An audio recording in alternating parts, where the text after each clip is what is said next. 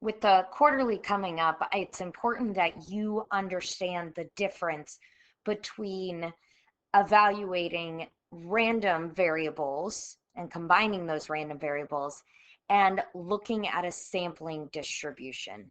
They can be very similar in nature, but how you calculate standard deviation and the mean is going to be very different. So let's look at these two FRQs. On the left, we have a problem. It's stating that the weights of adult men are approximately normally distributed. It gives us a mean, that is population mean, of 190 pounds, and a standard deviation, again, population standard deviation, those are parameters, of 30 pounds. An elevator in a small apartment building has a maximum weight of 700 pounds. If you randomly select 3 men, so now we're selecting 3 men, what are the mean and the standard deviation of the sum of their weights? And this is the key here. When I read the sum of their weights, I'm going to be looking at the total of these 3 men's weights. So for mean, that's pretty straightforward. The mean, if I can consider randomly selecting 1 man X, and I'm adding those 3 men together, then to find the expected average weight, I would just take the mean of 1 man plus the mean of another man plus the mean of the 3rd man. So the mean's pretty straightforward. Standard deviation is where it gets a little confusing. If I want to find the standard deviation and I'm combining or repeating random variables, this is repeating random variables, I cannot add standard deviations together. I have to combine the variances. So make a note that to combine these random variables, I have to add the variances together. The variance is just the square of the standard deviation. So I add variance plus variance plus variance, and then I take the square root. Now down here in part B, to find the probability that the 3 adult men exceed the maximum capacity, remember, this said they were on a normal curve. So I can work on this normal curve, and I'll be using the mean and the standard deviation calculated above.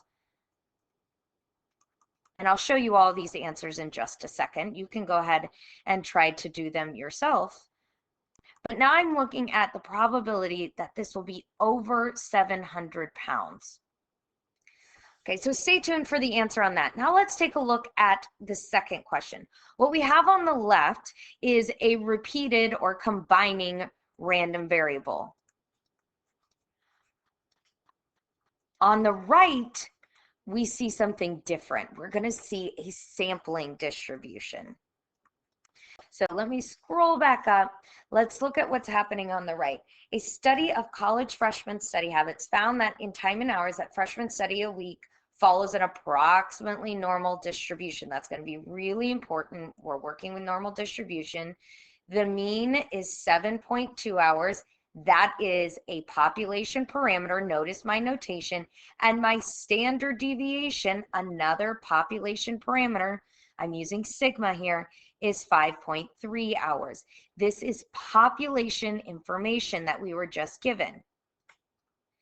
But then in part A, it says find the probability that the average number of hours spent studying by a simple random sample of 55 students.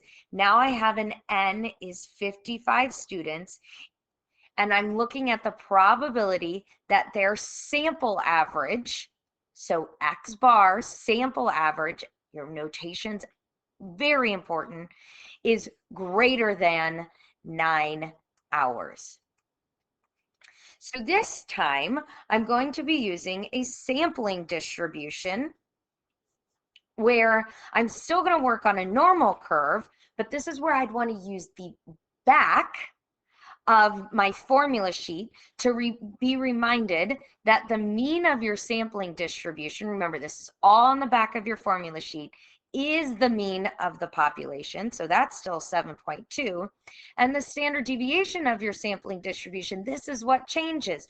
Remember, as n increases, your standard deviation will decrease because you're going to divide by the square root of n. This is on the formula sheet. So I end up with 5.3 divided by the square root of our n, which is 55. Now, again, I can use a normal curve using this mean and this standard deviation, and I can find the probability that the average, not the total, but that the average numbers of hours spent studying is greater than 9 hours. So here's really the key. It's in these words. Here we were looking at the total, the sum of the weights. Here we are looking at the average number of hours from our n equals 55. So I'm going to scroll to the next page so you can see the work for this. Both questions start very much the same, approximately normal. Here's the mean, here's the standard deviation, but how you calculate your mean and your standard deviation is very different. On the left, we're combining our random variables, and on the right, we're working with a sampling distribution. Both end up using normal CDF. You can calculate z-scores, okay? I do want to take a moment on the right-hand side here with the sampling distribution. We do need to mention that n is less than 10% of our population. What do I mean by that? 55 is less than 10% of all college students, right? We pulled from a simple random sample of college freshmen. The other thing I want to point out is that, yes, our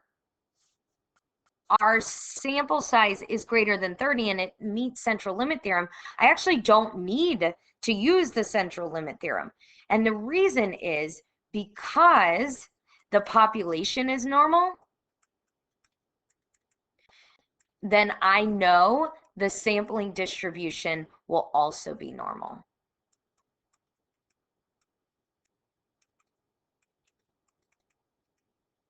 And let me just scroll so you can see these final answers. Make sure you pay attention to the details of the question. Am I looking at combining random variables, finding a total? Or am I looking at an average amount using an X-bar, a sample average? I hope this helps. Good luck.